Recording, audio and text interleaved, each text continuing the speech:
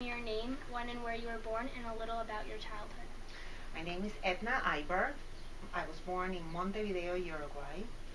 I was raised in a Jewish home. My grandparents came from Eastern Europe. My parents were born in Uruguay. And during my childhood, I lived during a dictatorship. It was during the 70s and 80s. We moved to the United States in 1982, right before the Falkland War, and that's when there was a lot going on with the military there. And how old were you when you got here? I was 16. Describe to me a typical day in the Iber house. um, a typical day in the Ivor house has changed through the years. When the boys were little, we have four boys. So when they were little, and everybody had their own schedule, and it was a very high volume, I would say, kind of household. And everyone needed our attention. So it was difficult to sort of give everyone what they needed at the time that they needed. Um, Through the years, things have changed. My oldest son has gone to college and graduated. My second son is finished sophomore year in college, so now it's really just the twins. It was during the 70s and 80s. We moved to the United States in 1982, right before the Falkland War, and that's when there was a lot going on with the military there. And how old were you when you got here? I was 16. Describe to me a typical day in the Iber house. A typical day in the Ivor house has changed through the years. When the boys were little, we have four boys.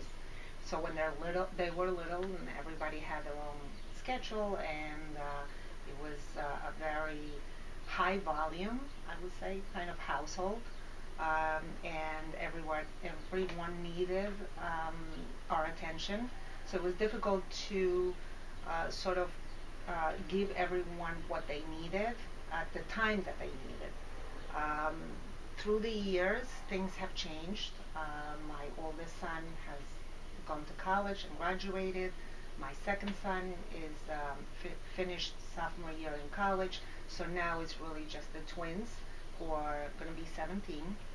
And so the volume, in a sense, has changed, but it's still very loud. Boys are loud, and there's a lot going on with sports and with school and with different schedules, tutors, and so on. So it's a busy household. And what do you do? I About 25 years ago, I had I went to law school after college, and I realized that that wasn't what I wanted to do. I finished 1 year, and it was a little bit disappointing to everyone around me because law school is only 3 years, so you finish one, you might as well just finish the extra two. But I was really sure that I didn't want to continue doing that, and I decided to stop and take a different um, venue for what I wanted to do with my career. So I went back to school and I got a master's in translation, and I started working as an interpreter. And a few years later, I decided to open my own company. And for the last 23 years, I've been providing interpreters and translators for over 200 languages. We provide on-site interpreters as well as written translation work. So do you speak more than, how many languages do you speak? Really, my native language is Spanish. I speak English, but I grew up going to a Jewish day school, so I speak a little bit of Hebrew, and all the other Romance languages. If we travel, it's easy to pick up. So how has your childhood differed from the childhood you provide for your sons? It's I think that the kind of childhood I had was a very laid-back childhood. Our summers really was just about going. We had a summer home by the beach. We spent the day after school ended. We went there. We had all our friends there who did the same thing and bike rode to the beach. It was a very sort of laid-back, no worries kind of childhood. I find that the childhood that my kids have had is filled with a lot of activities and really a lot of pressure. There's a lot of pressure with sports, and there's also a lot of pressure academically. And in retrospect, I wish that on some days that the kind of childhood that I had would have been more of a benefit to them.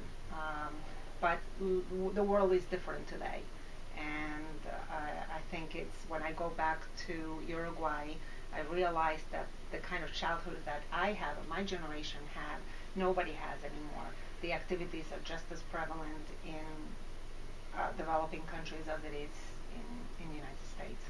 So how did you imagine your kids growing up? Like what career did you imagine they having? I really imagined my kids having a lifestyle that would entail more of living outside the cocoon. What I mean by that is that you tend to live in your neighborhood, your county, your city, and you sort of forget what the world looks like outside of that. So I had made a pledge, so to speak, when the kids were younger, to really get them out of this cocoon and get them exposed to see where other places look like, what other kids their age experience, and therefore we travel a lot when they were little. It becomes it becomes harder and harder to travel now with schools, with the school breaks.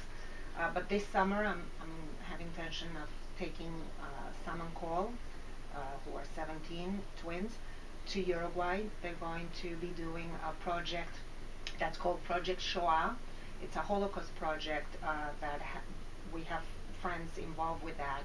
They're in their 20s, but they have kids their age participating as well. And what they do is they go to public schools and they present the story of the Holocaust, and not just the story. They bring a Holocaust survivor with them to tell the story as long as they are still alive, and not many are.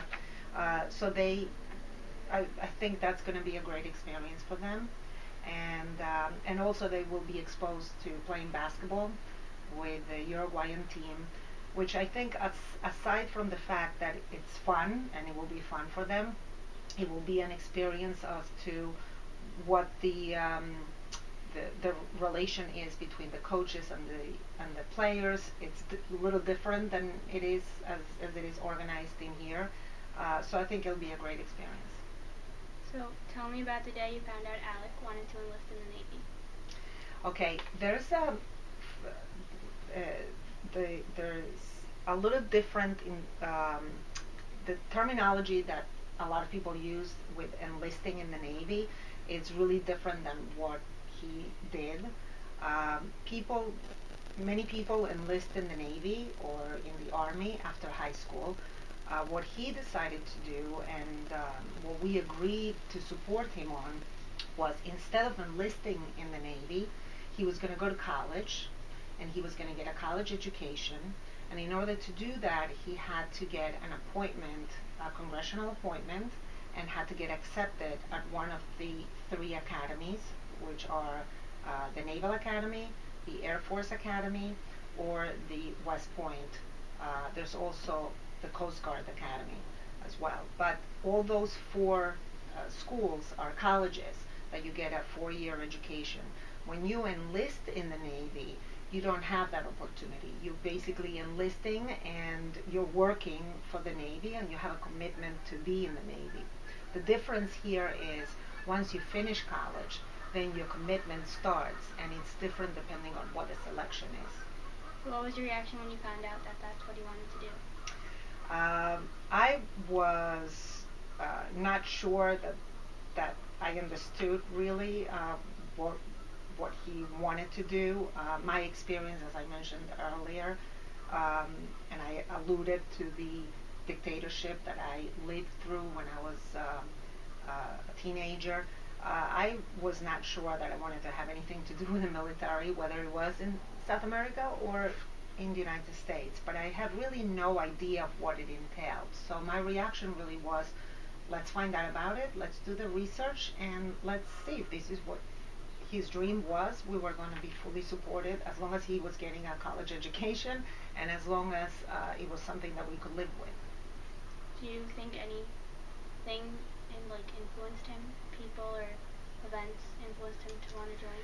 One of the things that he had mentioned in the past was that he was very grateful for the United States opening the doors for his family, because the truth is, if my parents weren't able to come and be able to be embraced by the United States.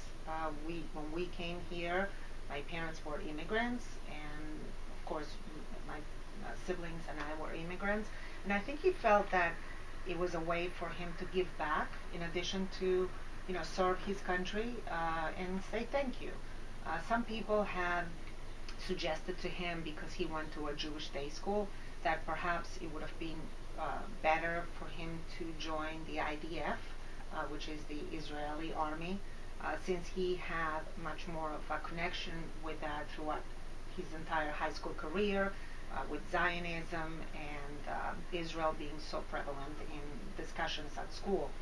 And I think he felt very strongly about being an American and serving in the United States military.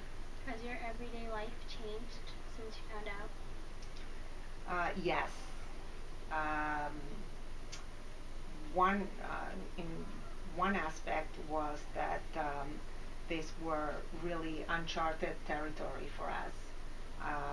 We, in addition to having to do all the research, we really did not know a soul, no one that had kids going to a service academy. So for us, was just a real question of who can we be involved with, who can we, where can we participate to meet other people. And through the years, we met an enormous amount of parents, and of course for me, bonded a lot with women who I never met, but who I know deeply through the listserv, through Facebook, private Facebook pages, who really supported each other, because like us, there are many families that have never been have never had any contact with the military.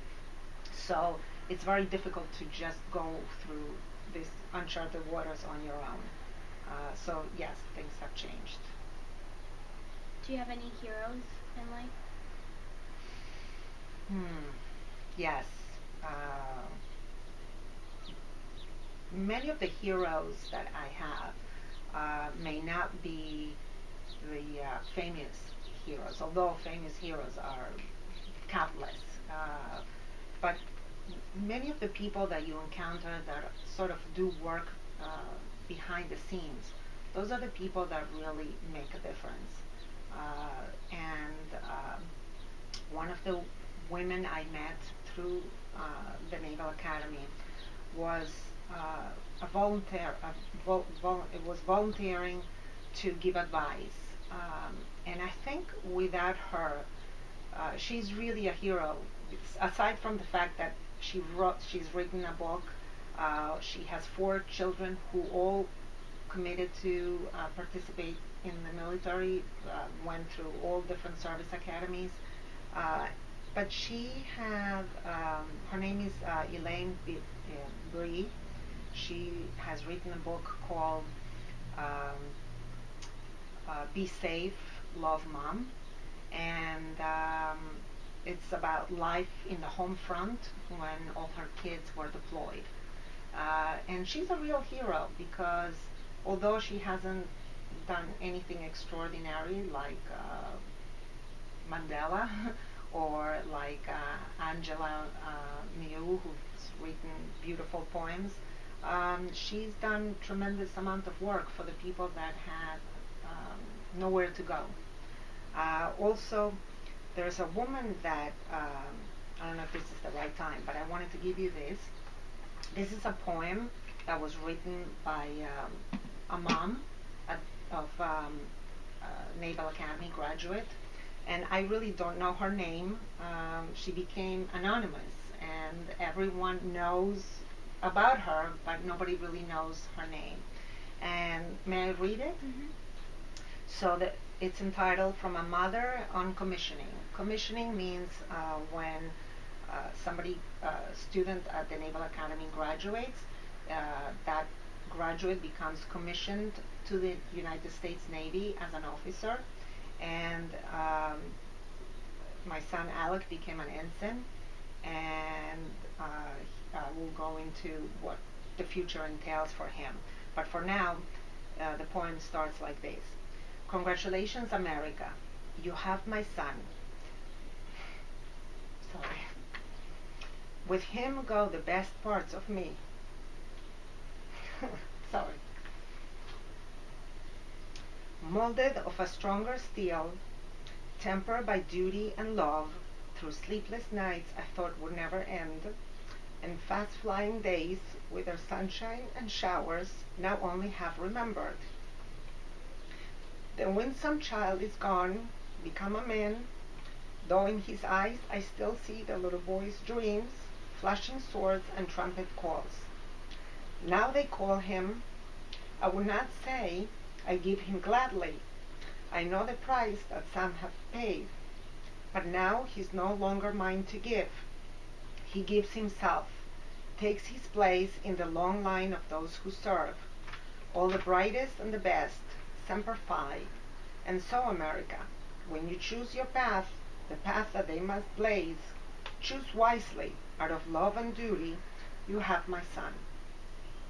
So it's a very moving poem because it really depicts what every parent who has a son or daughter serving in the military,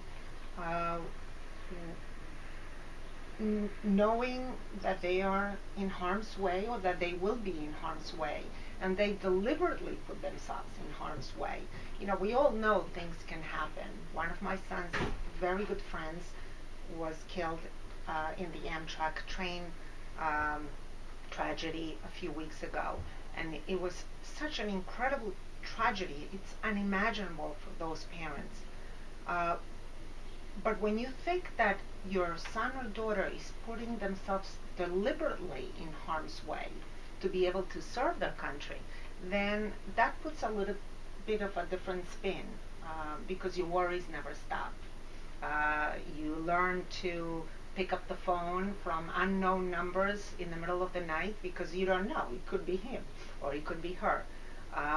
So it's a very moving poem because also you're not, as a parent, not allowed to say anything bad about the president, even if you don't agree with the policies, because the president becomes the commander-in-chief for your son or daughter. So you're sort of in their hands if the president decides to declare war or to deploy a certain amount of military into harm's way. There's really no saying that you may have as a parent. You can't go running and say, wait a minute, not my son, you can't. So it's scary, but we're so incredibly proud of him because it's something that he wanted to do. We supported him, but this is really his dream, and we're proud that he's able to take himself out of to be selfless and to be able to see the big picture. So have you seen a change in the rest of your family and your sons? I think everybody has learned a lot in my family about what it is to be in the military. I don't think anybody knew really what it was. and your mom came to the graduation, so she was able to experience a glimpse of what it is about taking an oath. When you take an oath, I don't think when my son took the first oath 4 years ago to defend the country against all enemies, domestic or abroad, I don't think, or maybe I'm wrong, but I'm not sure that he understood the repercussions of what that meant. Now he had to take the oath again before graduating, and it's as exciting as it is, and it's and as wonderful as it is, because it's a whole new family of Navy families that are around the world. Um, it's a serious thing, and it's a serious commitment. Why do you think he chose the Navy and not another branch? That was it's a very good question, and he had specific reasons why. Um, he wanted to fly planes, and a lot of people have asked why not then the Air Force. And he wanted to go to the Naval Academy because the Naval Academy offers so many different kind of selections. So, for instance, if you're not tall enough, or if your eyesight is not well enough, or there's any kind of medical downfall, you are not allowed to fly. So, if you're in the Air Force, what would you do? But in the Navy, in the Naval Academy, you can select from surface warfare. You can become an officer on a ship. You can select submarines. You can become an officer in a sub, in a nuclear sub. You can also become select intelligence. You can also select Navy SEALs. You can also select pilots. You can select NFOs, which are naval flight officers. And so there's a very big gap of things that you can do. In addition, their majors are so varied. Many students major in engineering, but there's students majoring in cyber warfare, majoring in Arabic or Russian or Chinese. There are majors, my son majoring in economics. There are majors in history, English. So there's a really big variety of the things that you can study and learn before you are selected to your particular Navy selection. So what do you see the future with him? Well, there are different steps that we know that he will have to take. 2 years ago, he had to sign what's called the 247. The 247 means it's really a document, but it has very deep meaning, because what it says is that you're signing off for the 2 years that you have already been studying at the Naval Academy, plus the 2 more years, plus 5 more years of commitment to the Naval Academy. But that would be only if he was choosing, let's say, surface warfare. You're committed to serve for 5 years after you graduate. When he decided that he wanted to do pilot, which is really what he always wanted to do since he was a little boy, the commitment was 10 years, 10 years after graduation. So he kept saying, it's so long, it's like my whole life. I'll be in my 30s when I finish. So there was a real agony as to, he was, I could be an officer on a ship, it will be great, and then I'm done in 5 years and I can do so many other things. When you're young, you envision yourself doing so many different things. You don't want to be stuck in one place. You want to be able to, well, maybe I'll change my mind and I'll do something else, and maybe I'll get this great idea and invent something similar to Google, or start a new business. So it was agony, because he knew that for the 10 years after graduation, he would have to commit to only do this. After we discussed it back and forth, and he spoke to a lot of people at the Naval Academy, there are a tremendous amount of advisors, and then he decided to go ahead and commit to be selected as a pilot. Once he was selected, the commitment starts after graduation. He will be leaving tomorrow to Pensacola, Florida for what's called API. That's Aviation Pre-Flight Indoctrination. And that usually takes about 4 months. After that, they proceed generally to either Meridian, Florida, or Corpus Christi, Texas, and they do what's called primary flight training. After they finish with primary, they do intermediate flight training. After they finish with intermediate, they do advanced flight training. And then after they're done with advanced, and usually the whole process takes about 2 years, after they are done with advanced flight training, then they get hooked up to a squadron, and then they wait to get deployed to an aircraft carrier, usually someplace most likely in the Middle East. So that's where his career will probably take place. So were you surprised when you found out all this? Because you said he liked to always fly, to always want to be a pilot. Yes, I was surprised that it took so many years of training and that the commitment was so steep. It sort of um,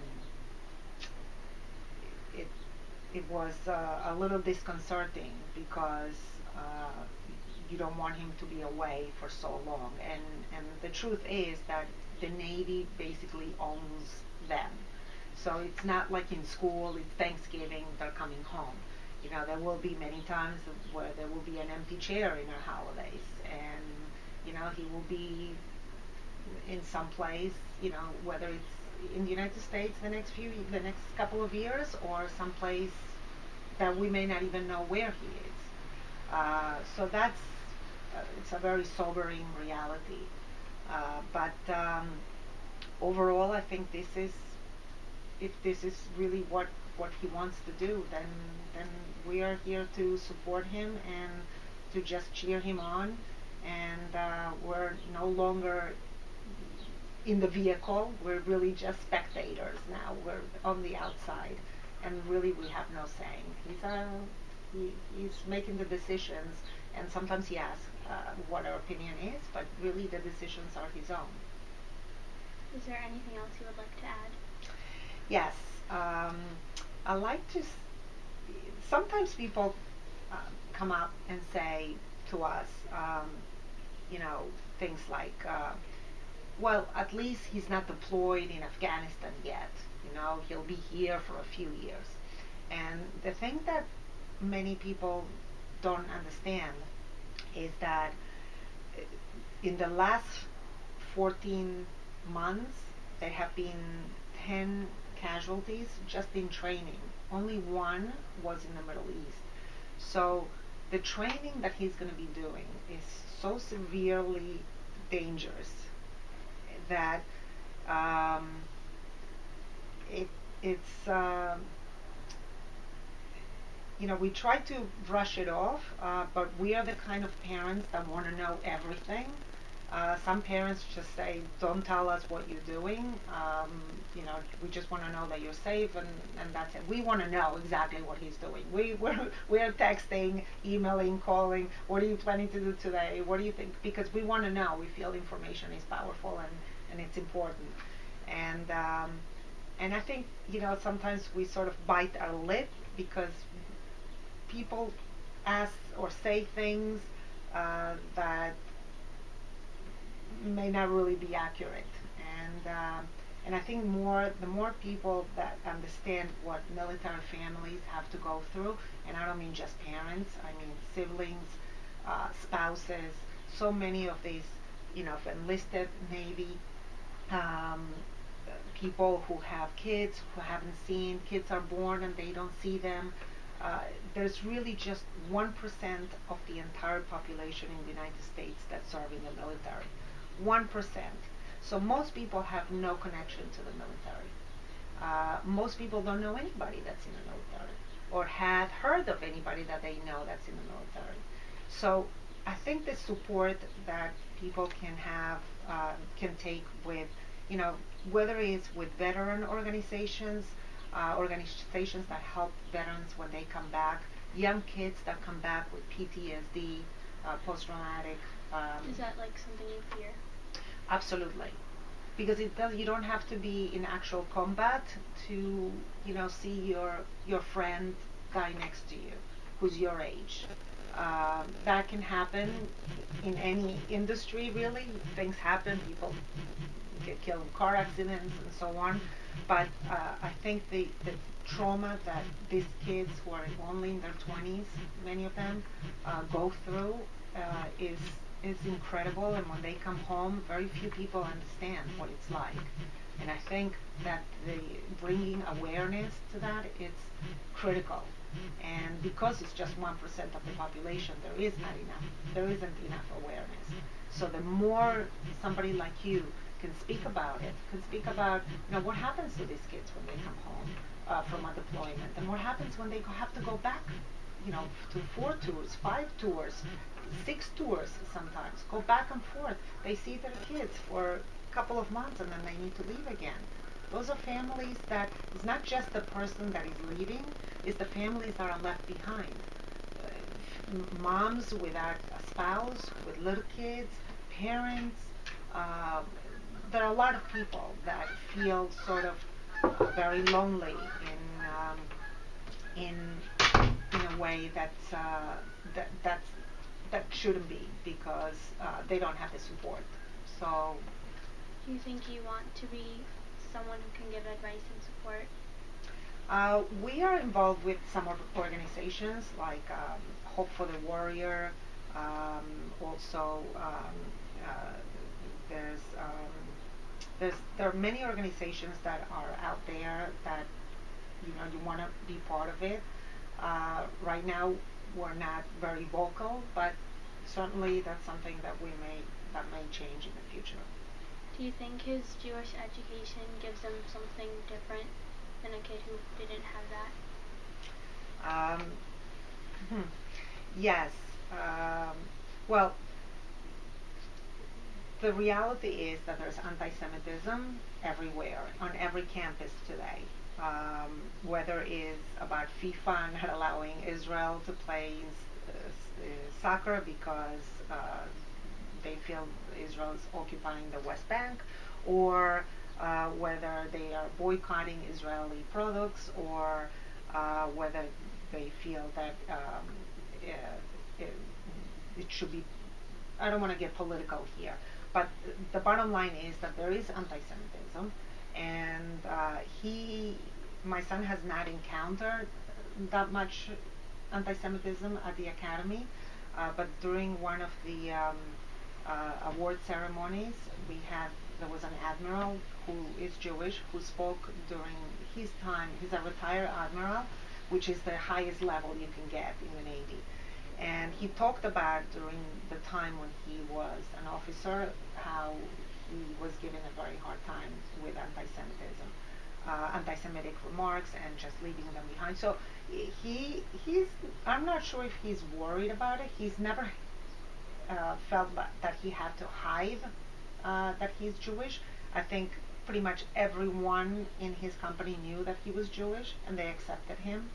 And that's something that he's going to have to. But I think that the background that he received at a Jewish day school was very important in order for him to know how to defend and how to know what the history is, so that he will be able to answer questions intelligently.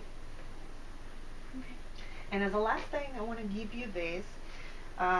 This is, so that you keep this as a remembrance. This is a silver dollar. It has the date of 2015, and what this represents is when they first graduate at the Naval Academy and they become officers. The Naval Academy feels that they have not done anything yet to earn a salute, because once you become an officer, the other people, when they see you, they have to salute you. But because you're just graduating, you haven't earned it yet. So it is customary to give a silver dollar to the first person that salutes you after graduation. So we have an extra one, and we want you to keep it, and hope you'll keep it and you'll save it and you'll remember this moment. Thank you. Okay. Thank you. That's it. Do you know the name of this? Can I have a copy? This is for you. I'm gonna try to find out the name of the mom that wrote the poem. I couldn't find it when I printed it, but I will try to find that, or at least ask some people. Okay. Thank you for the opportunity. Those were good questions too. Thank you.